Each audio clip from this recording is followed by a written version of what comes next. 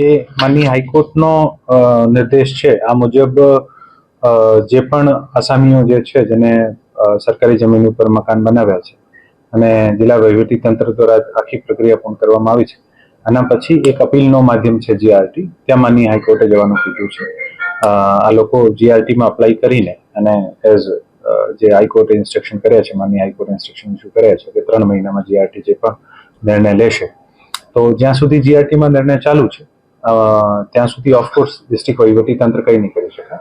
જીઆરટીનો નિર્ણય આવ્યા પછી જે પણ અનુષાંગિક પગલાં લેવાના હશે એવી રીતે અમે આગળ વધીશું. સરકારી જમીન ઉપર જે પણ દબાણ કર્યો હોય આને માટે વૈકલ્પિક વ્યવસ્થાની કોઈ આજની તારીખમાં કોઈ જોગવાઈ નથી અને ખરેખર સરકારી જગ્યાઓ ઉપર પુષ્કળ દબાણો હોય છે અને પ્રેક્ટિકલી પોસિબલ પણ નથી કે આપ કેવી રીતે આપી શકો છો. બાકી જે પણ માનનીય કોર્ટે ઇન્સ્ટ્રક્શન્સ આપ્યા છે, ઇન્સ્ટ્રક્શન મુજબ આ લોકો પોતાની રેમેડી, ડિસ્ટ્રિક્ટ એડમિનિસ્ટ્રેશનને કોઈ ઇન્સ્ટ્રક્શન નથી, આ લોકોને એક તક આપી છે અને જેવી રીતે નિર્ણય આવશે ફ્યુચરમાં જીઆરટી અથવા માનનીય કોર્ટના, એવી રીતે આપણે આગળ વધીશું.